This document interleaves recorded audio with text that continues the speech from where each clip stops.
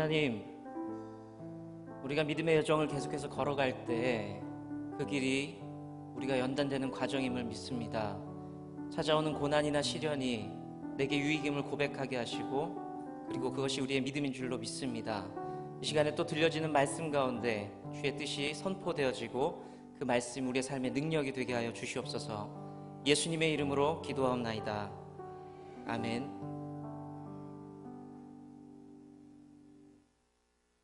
네, 우리 같이 말씀 나누도록 하겠습니다. 마태복음 6장 말씀입니다. 앞에 말씀을 띄워드리겠습니다. 같이 한번 볼게요. 마태복음 6장 1절부터 4절까지의 말씀입니다. 1절부터 4절까지 말씀을 번갈아 가면서 읽겠습니다. 제가 먼저 읽고 여러분이 읽으면서 번갈아 가며 읽도록 하겠습니다.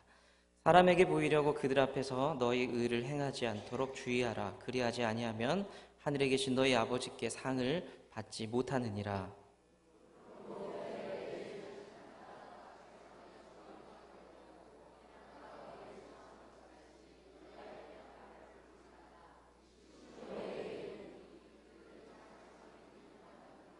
너는 구제할 때 오른손이 하는 것을 왼손이 모르게 하여 내 구제함을 은밀하게 하라. 은밀한 중에 보시는 너희 아버지께서 갚으시리라. 아멘. 오늘은 하나님을 의식하는 삶이라는 제목을 가지고 같이 말씀을 나눠보도록 하겠습니다. 얼마 전에 그 셀 모임을 하면서 하나님의 편재하심, 하나님이 여기도 계시고 저기도 계시고 시간과 공간을 초월해서 함께 하신다라는 이야기를 나눴습니다. 하나님 그런 분이라는 이야기를 하면서 여러분은 어떻게 생각하십니까? 라는 질문을 드렸어요. 그랬더니 크게 두 가지 이야기가 나왔는데, 첫 번째는 하나님께서 나를 CCTV로 보시듯이 24시간 보신다면 참 민망하고 부끄럽다, 그런 얘기가 나왔습니다. 그리고 또 다른 이야기는 뭐가 나왔을까요? 그 하나님이 나와 함께 하셔서 든든합니다 라는 그런 아름다운 맺음이 아니라 다른 이야기가 나왔습니다. 하나님이 옛날부터 나 다 봐 오셨으니까 뭐 그냥 뻔뻔하게 그냥 살라고요, 뭐 이렇게 얘기하는 분도 계셨습니다. 근데 다 같이 웃으면서 공감도 했었어요. 나 어릴 때부터 남의 거 훔치고 남 욕하고 했던 거 다 보셨겠구나. 좀 민망하긴 하지만 갑자기 바뀌지 않는 내 인생 어떡하랴, 그냥 살라고요, 이렇게 얘기하는 것도 들었습니다. 지금 이곳에 우리 주님이 함께 하십니다. 믿으십니까? 네, 저도 믿고요. 그리고 우리가 홀로 있다라고 느끼는 그 순간에도 우리 하나님은 이곳에, 그리고 나와 함께 하십니다. 사실 이런 선포, 선언, 이런 고백들이 여러분들은 어떠십니까? 어떤 마음이 드세요? 아까 말씀드렸듯이 불편하세요? 아니면 뭐 그냥 무던하십니까? 오늘 우리가 함께 읽은 본문을 이제 큰 틀에서 보면요, 마태복음 5장의 말씀부터 산상수훈의 말씀이 쭉 시작이 되죠. 5장, 6장, 7장까지 이어지게 되는데, 예수님께서 우리에게 그 삶과 신앙에 대해서 좀 약간 막 버무리세요. 산상수훈은 버무리세요. 이 산상수훈이 수많은 학자들과 그리고 신앙의 고수들, 신앙의 선배들이 다 같이 힘들다, 어렵다, 불편하다라고 얘기하는 이유가 이겁니다. 삶과 신앙을 막 섞어버리거든요. 그러니까 부담스러운 겁니다. 예수님께서 이렇게 살라고 하는데 그렇게 못 사니까 불편하거든요. 부담스럽거든요. 그래서 우리에게 주어지는 이 산상수훈의 가르침이 많이 불편하고 어렵습니다. 오늘 제가 여기 계신 분들과 함께 나누고 싶은 말씀은요, 하나님을 의식하면서, 그러니까 하나님이 계시다라고 의식하면서 살아가는 삶이 뭐냐, 그것에 대해서 잠시 좀 나누려고 합니다. 세 가지로 나눌 텐데요. 첫 번째로, 하나님을 의식하는 삶은 하나님의 기준으로 사는 삶입니다. 하나님이 계신 것을 아는 삶은 하나님을 기준으로 삼는 삶입니다. 오늘 본문 1절의 말씀을 보시면요, 예수님께서 굉장히 불편해하시고 싫어하는 게 있습니다. 그게 뭐냐면 사람 눈치 보면서 살아가는 것을 굉장히 싫어하세요. 우리가 뭔가를 할 때 사람에게 보이려고 하지 말아라 라고 가르침을 주시는데, 우리는 보통 사람들은 인정받기 위해 열심히 살아가죠. 그게 연애가 됐든지 사업이 됐든지, 뭐 심지어는 신앙생활을 하면서도 우리는 사람의 눈치를 살피는 것이 우리의 모습이지 않나라는 생각이 듭니다. 그런데 예수님께서 그거 하지 말라고 하세요. 단서를 하나 더 다르세요. 예수 믿는 사람이라면, 하나님을 믿는 사람이라면 그거 하지 말아라.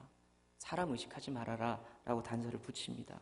그렇다면 하나님을 믿는 사람은 우리는 어떻게 살아야 됩니까? 아주 간단합니다. 반대로 뒤집어 보면 사람에게 잘 보이려고 하지 말고 하나님께 잘 보이는 삶을 선택하라는 겁니다. 사람 눈치 보지 말고 하나님 눈치 좀 보고 살아라 라고 우리에게 말씀하고 있는 겁니다. 하나님의 눈치를 보는 삶 어떻게 하면 될까요? 아주 간단합니다. 하나님의 기준과 방법대로 살아가면 됩니다. 결론은 아주 간단하지만 사실 그 과정은 굉장히 험난하죠. 하나님의 기준, 하나님의 마음, 하나님의 방법으로 살아간다는 것이 너무너무 어렵습니다. 그렇지만 우리가 하나님이 살아계시다라는 것을 믿고 내 안에 함께 하신다는 걸 믿는다면, 그리고 예수님을 우리가 최소한 나의 주님이라고 고백한다면 우리의 삶은 분명 하나님 눈치를 좀 보면서 살아야 된다는 거죠. 종이 계신데 이상하죠? 주인이 계신데 종이 그 주인의 눈치를 안 보고 산다는 게 말이 되겠습니까? 그건 말이 되지 않거든요. 우리가 예수님을 주님이라고 부른다면 그분의 생각을 읽어야 되고요. 그분의 방법을 생각하면서 그분의 눈치를 보면서 좀 살아야 된다는 겁니다. 하나님을 의식한다는 것은 그 하나님을 기준 삼아 산다는 것입니다. 믿으시길 바랍니다. 두 번째는요. 하나님을 의식하는 삶은 하나님의 상을 주시는 상 있죠? 상을 사모하는 삶입니다. 첫 번째로 말씀드린 것이 우리가 하나님 잘 믿는 삶이라면, 하나님을 알고 있다면 하나님을 기준 삼아서 살아야 되는데, 우리가 하나님의 기준으로 산다는 것은 하나님께 받을 상을 사모하는 겁니다. 학교를 다닐 때 상 많이 받아보셨죠? 네, 받아보셨죠? 저는 초등학교까지는 정말로 학교의 상이라는 상은 다 죄송합니다. 근데 제가 고등학교 때 상 진짜 못 받았거든요. 그 이유를 알았어요. 학교가 원하는 기준이 있어요. 상을 주는 기준이 있어요. 우리가 하나님의 기준으로 살아간다는 거는요, 나중에 하나님께서 주시는 상을 기대하는 삶이라는 겁니다. 여러분들 그러세요? 네. 힘들고 어렵고 애써야 되는 그 하나님의 방법대로 사는 삶이죠. 때로는 고통스럽고 어렵습니다. 그렇지만 그 길을 걸을 때는 왜 그래요? 보상이 있을 것이야 라는 믿음이 있는 거예요. 나는 믿음이 너무 좋아서 보상을 기대하지 않아요 라고 생각하는 분은 제가 보기엔 없어요. 그 나라 갈 때 받을 보상에 대해서 우리는 다 생각을 합니다. 그러면 세상 사람들은 왜 그렇게 열심히 삽니까? 치열하게 살아요? 그들도 세상에서 받을 상을 기대하고 있다는 겁니다. 내가 이 땅에서 열심히 살아서 쨍 하고 해 뜰 날을 기대할 거야. 우리 가족이 행복하고 우리 다 잘 살고 그런 날들을 기대할 거야. 그런 마음들이 있습니다. 보상받을 것들을 기대한다는 거죠. 우리 예수 믿는 사람들도 똑같습니다. 피곤하고 힘들어도, 믿음으로 사는 것이 어렵고 힘들어도 그렇게 걸어가는 이유는 단 하나죠. 마지막 날에 내게 상 주실 이가 하나님이시기 때문에 그분의 방법대로 기준으로 살아가겠다는 겁니다. 그래서 참으며 살아가고 있습니다. 오늘 본문에요, 1절 끝부분과 2절의 말씀을 쭉 보시면요, 계속해서 받을 상에 대해서 말씀을 하세요. 네가 사람을 좋게 하면 사람에게 이미 상을 받게 되고 하늘에선 상이 없을 거야 라고 말씀하시거든요. 그렇지 않고 하나님의 방법으로 살아간다면 하나님께서 그 은밀한 곳에서 네가 행하는 것을 다 보고 상을 베풀 거야 라고 말씀을 하고 계십니다. 우리가 은밀한 중에도 주의 말씀을 따르고 그 길을 걷는 이유는 하나입니다. 하나님 주실 그 상을 사모하기 때문입니다. 여러분들이 이 말씀을 듣고 어떤 자극이 있으세요? 애끓는 마음이 있으세요? 그렇지, 내가 주님 앞에 상을 받아야 되지. 그런 의식이 있다면요, 주님을 의식하는 거예요. 맞아, 하나님 살아계시지. 내가 그분께 상을 받아야지. 그것이 하나님을 의식하는 삶인 줄로 믿습니다. 세 번째 볼게요. 세 번째, 하나님을 의식하는 삶은 감추인 것, 은밀한 것이 드러나는 삶입니다. 오늘 본문의 마지막을 보시면요, 은밀한 것에 대해서 굉장히 강조를 합니다. 숨겨두고 은밀하게 구제하고 기도할 때, 그 산상수훈의 메시지를요 쭉 정리하다 보면요, 기도할 때, 구제할 때 사람들에게 보이지 않고 은밀하라고 말씀하는 부분들이 있거든요. 은밀함에 대해서 얘기합니다. 그런데 예수님이 참 재미있는 말씀을 하세요. 은밀해라 라고 말씀하신 다음에 은밀하고 은밀해라. 그런데 아무리 은밀해도 하나님께서는 너를 보시고 갚아주실 거야 라고 얘기해요. 보상이 있다는 거예요. 숨겨둬도 하나님께서는 다 보시니까. 왜냐하면 제가 아까 처음에 말씀드렸잖아요. 하나님은 여기도 계시고 저기도 계시고 밤에도 계시고 낮에도 계시고. 우리가 은밀한 중에 기도하는 곳에 주님이 계실까요? 계시죠. 내가 은밀한 가운데 금식하며 주께 누군가 형제를 위해서 기도할 때 주님께서 보시죠. 그래서 은밀하라 은밀하라. 그렇지만 너 외롭지 않아. 내가 보상해 줄게. 사람들이 네가 기도하는 거 모르지, 네가 금식하는 거 모르지, 네가 하나님을 위해서 어떻게 헌신하는지 모르지. 괜찮아. 내가 다 보고 있어. 더 은밀해도 돼. 내가 보고 있어. 우리는 늘 혼자 있을 때도요, 늘 둘이라고 생각을 해야 됩니다. 사실 그렇게 생각하라는 말이 좀 말이 맞지 않습니다. 혼자라고 있을 때도요, 둘이라고 생각하는 게 아니라 둘이 맞습니다. 둘이 맞습니다. 늘 내 삶을 그분은 다스리고요, 하나님께서 내 앞에 계시다는 거죠. 우리가 참 안타까운 게요, 교회에 있을 때만 성도이지 않나라는 생각을 해볼 필요가 있습니다. 교회에 있을 때만. 교회 안에 있을 때와 밖에 있을 때 모습이 다를 수 있다는 거죠. 그리고 우리의 삶이 겉과 속이 다를 수 있습니다. 제가 그것에 대해서 비난하거나 비판하자는 것이 아니라 우리 삶이 그렇게 연약하다는 거죠. 각자의 삶을 한번 이렇게 생각해 보세요. 내가 일하는 곳, 직장이랑 교회의 모습, 내가 집에서 아빠 엄마일 때와 교회 집사님일 때의 모습, 그 모습이 늘 같으세요? 그러기에 되게 어렵거든요. 우리 연약함입니다. 그런데 그 모습까지도 주께서 다 보시겠다는 겁니다. 좋은 것도 보겠지만 너의 그런 모습도 보겠다. 제가 21살쯤 됐을 때에 좀 여러 가지 일들을 했었습니다. 그 중에 하나가 철가방 일을 좀 했거든요. 식당 배달부 일을 좀 했었는데 오토바이를 타고 다니면서 병원도 다니고 가정집도 가고 뭐 사무실도 가고 배달을 다녔습니다. 그런데 그 중에 이제 한 집 단골집이 있었어요. 단골집이 있는데 아주 고약한 집이었어요. 불편해요. 배달 오면 싫어요. 불편하고 불친절하고 반말하고 막 정말 가기 싫은 집. 제가 그 경험이 있어서 저희 집에는 음식 시키면 저는 가능하면 음식 싹 치우고 그릇을 한번 물로 헹궈서 밖에 내놓거든요. 근데 저는 그게 이제 습관이 되어 있습니다. 배달 일을 해봤으니까. 근데 결혼하고 깜짝 놀랐어요. 제 아내는 설거지를 해서 내놓더라고요. 그래서 설거지 하는 거 싫어해, 식당에서. 그랬더니 미신이잖아. 설거지 해주면 좋아. 막 그러면서 설거지를 하더라고요. 어찌됐든 그 배달을 해봤기 때문에 저는 그렇게 내놓는데 제가 그 참 싫어했던 그 고약한 집. 근데 더 불편한 게 뭐냐면 칼국수 왔습니다. 식사 왔습니다. 이렇게 해서 문을 열고 들어가면요. 그 집 현관에 들어가면 정면에 말씀 액자가 있어요.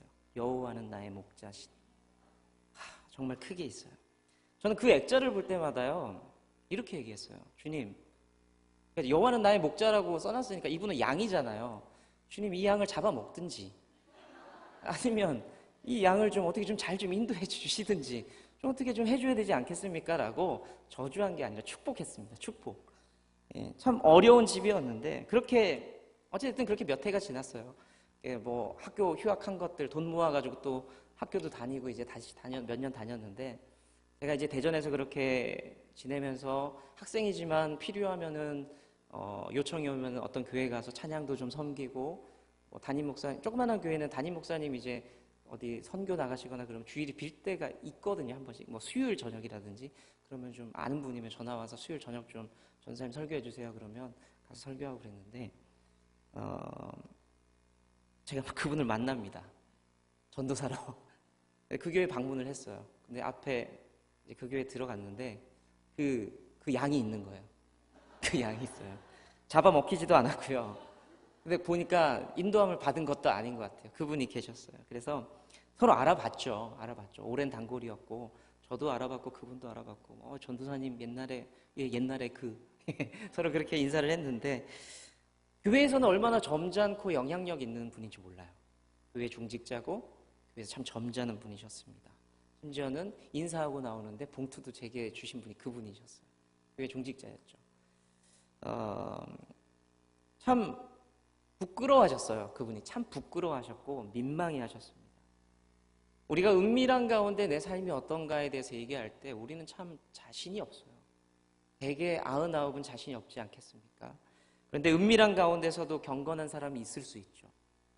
그렇지만 많은 수가 은밀함 속에서 그렇게 편안할 수가 없습니다. 하나님 앞에서. 그 이유가 뭘까요? 보는 사람은 없다고 생각하기 때문이죠. 아주 단순하죠. 내 모습은 나밖에 몰라. 아무도 보는 사람 없어 라고 생각하기 때문입니다. 그런데 오늘 분명히 말씀하시는 바가 무엇입니까? 은밀한 중에 내가 다 보고 있어. 이 말은 때로는 굉장히 무섭기도 하고요. 때로는 큰 위로가 되기도 합니다. 우리 교회 예배당이 깜깜하죠. 평소에 오시면 깜깜해요. 그러면 이렇게 보면 기도하시는 분들이 있으세요. 그분들을 이렇게 봤을 때 그 상황을 하나님께서도 보고 계시다는 거죠. 그 상황은 위로입니다. 위로. 내가 눈물을 흘리고 기도하고 형제를 돕고 그리고 때로는 보면요. 어려운 지체들을 은밀하게 돕는 분들이 계세요. 하나님 다 알고 계세요. 믿으시죠? 위로가 됩니다. 그렇지만 우리 삶 가운데서 연약함들이 많잖아요. 그것 또한 하나님이 보고 계세요. 우리 안에 하나님을 그렇게 의식하는 마음이 있잖아요. 하나님 이곳에 함께 하신다는 의식하는 마음이 있다면 그것이 결국엔 다 드러날 거야 라는 하나님 말씀을 믿으면요. 우리의 삶은 정돈될 수 있습니다. 결코 우리 삶이 함부로 살 수 없게 됩니다. 하나님을 의식하시길 바랍니다. 그래서 우리 삶이 우리 마지막 찬양 드렸듯이 정금같이 계속해서 나아가길 원합니다. 하나님 보신다니까. 말씀을 좀 정리하면서 제가 좀 마무리를 하겠습니다. 하나님을 의식하면서 살아갈 때 그것을 놓고 제가 묵상하고 고민하고 이 말씀을 붙잡고 좀 있었는데 그게 고구마 줄기처럼 이렇게 당기니까 쭉 따라오는 게 있어요. 그게 뭐였냐면 세 가지가 따라오더라고요. 첫 번째는 겸손이었어요. 하나님 나 다 보고 계시구나. 정말로 난 연약하구나. 난 부족한 사람이구나. 그걸 보게 됐고요. 두 번째는 은혜입니다. 내 부족함 가운데서도 주님께서 계속해서 나를 지금 붙잡고 계시구나. 나를 세워주고 계시구나. 그리고 세 번째는 사랑입니다. 왜? 이렇게 약하고 부족한데 왜 사랑하시지? 신기하네. 이런 생각들을 해보게 됐습니다. 우리가 하나님을 의식하는 것에 대해서 생각하면요. 쭉 따라오는 게 뭐냐면 결국에 삶이거든요. 하나님이 의식되지기 때문에 우리가 생각될 수밖에 없는 거 삶인데 내가 거룩하게 주님 앞에 살아가고 있는지에 대해서 생각해 볼 수밖에 없었습니다. 굉장히 추상적이지 않고 구체적이었습니다. 하나님을 의식하면서 살아간다. 제가 드라마 한 부분을 짧게 보여드릴 텐데 한 소년이 있었습니다. 한 소년이 있었는데 불행한 가정 환경 속에서 일탈을 결정해요. 여기서 못 살겠다. 나가야지. 일탈을 결정합니다. 근데 그 일탈 가운데서 어떤 존재를 만납니다. 어떤 신적인 존재를 만나요. 그 신적인 존재가 먹을 것을 건네고 그리고 다시 돌아가라 그래요. 다시 열심히 살자고 합니다. 그랬을 때 이 소년이 마음을 다잡고 열심히 인생을 삽니다. 그래서 성공도 하고요. 잘 살아갑니다. 그렇지만 어떤 인생이나 똑같듯이 이 소년도 나이가 먹고 늙고 결국 죽게 되죠. 죽음을 맞이하게 됩니다. 하늘나라를 가는 길목에서 그 소년이 이제는 노인이 되었지만 그 소년이 그 신을 다시 만나게 돼요. 하늘나라를 가는 길목에서. 그들의 대화를 한번 들어보세요. 들어보시고 말씀을 마무리 짓도록 하겠습니다.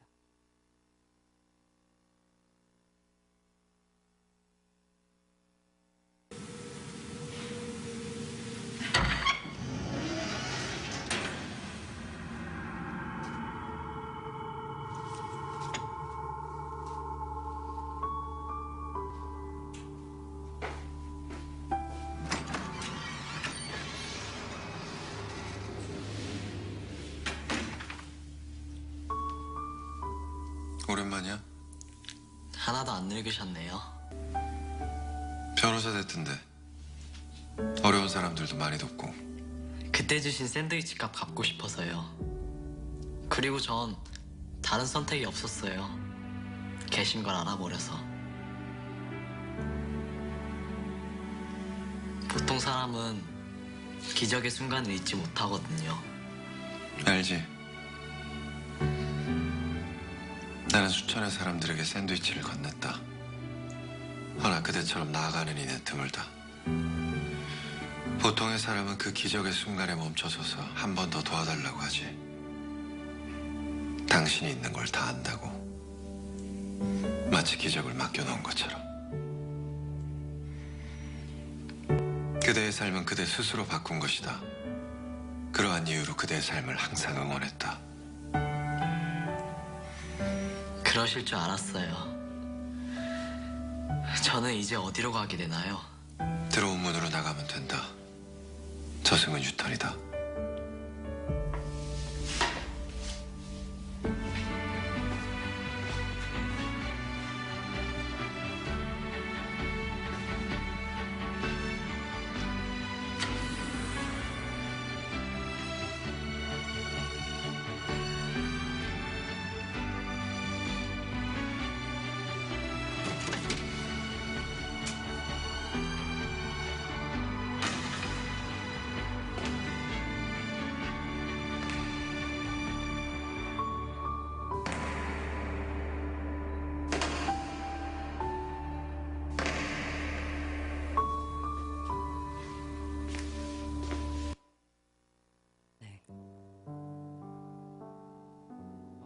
자매님들은 공유만 봐도 기분이 좋아 보여요. 예, 목사가 직업병 같아요. 드라마 보면요 저런 것만 보여요. 그래서 다운받아서 편집하고 나중에 보여드려야지 이런 생각 드는데, 제가 이 영상에서 제 가슴을 친 게 뭐냐면요, 이 소년의 고백입니다. 신이 이렇게 얘기하죠. 칭찬합니다. 아주 잘 살았더라. 변호사 돼서 사람들도 돕고 훌륭하게 살았더라 라고 칭찬합니다. 그때 이 아이가 아까 제가 자막으로 일부러 넣었는데, 당신이 계신 것을 알아버렸기 때문에 그렇게 살 수밖에 없었습니다. 우리 그리스도인이 어떤 사람들인가요? 하나님이 계시다는 걸 아는 사람들이죠. 그리고 그분이 상 주시는 이심을 아는 사람들입니다. 우리가 믿음의 경주에서 소홀할 수 있겠습니까? 때로는 우리가 믿음으로 싸우다 보면 피 흘리기까지 싸우죠. 상처투성이, 만신창이가 되어서 나아갈 때도 있습니다.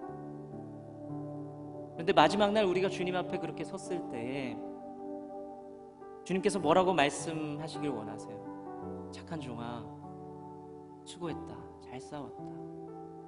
그 앞에서 여러분들은 어떻게 하시겠습니까? 피를 닦으면서 주님 진짜 저 힘들었어요. 그런데 저 아이와 같은 고백하지 않겠습니까? 주님이 계신 것을 알아버렸기 때문에 그렇게 살 수밖에 없었습니다. 지금 우리가 이 땅을 밟아가는 이 상황들, 이 시간들이 정말로 고되죠. 힘들죠. 어렵죠. 성도님들의 삶을 알면 알수록 너무 저도 힘이 듭니다. 교회에서 보이는 번쩍이는 옷이 다가 아니고, 교회에서 보이는 멋있는 기도의 문구가 다가 아닌 것을 알게 됩니다. 그래서 제가 이 순간에 우리 사랑하는 새삼교회 성도님들에게 드리고 싶은 말씀은요, 피 흘리고 눈물 나는 그 상황 속에서도 은밀한 중에서도 보시는 주님을 기억하자는 것.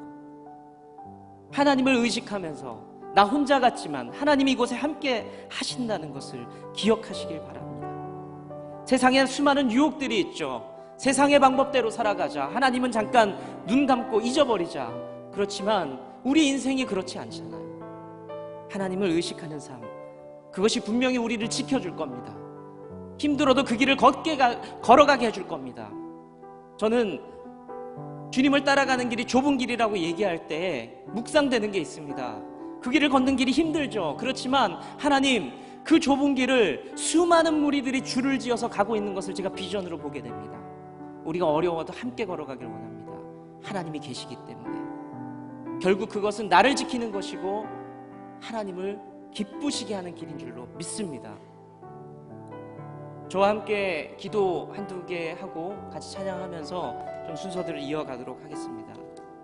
저와 함께 이 시간에 좀 기도하실 것은요, 주님께 이런 고백을 드리고 싶습니다. 주님, 내 삶을 보고 계심을 믿습니다.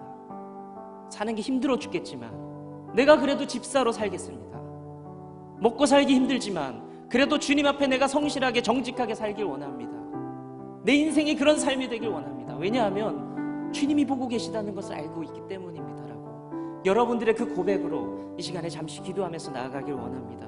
여러분들의 삶을 다 주님이 보고 계십니다. 믿으시길 바랍니다. 함께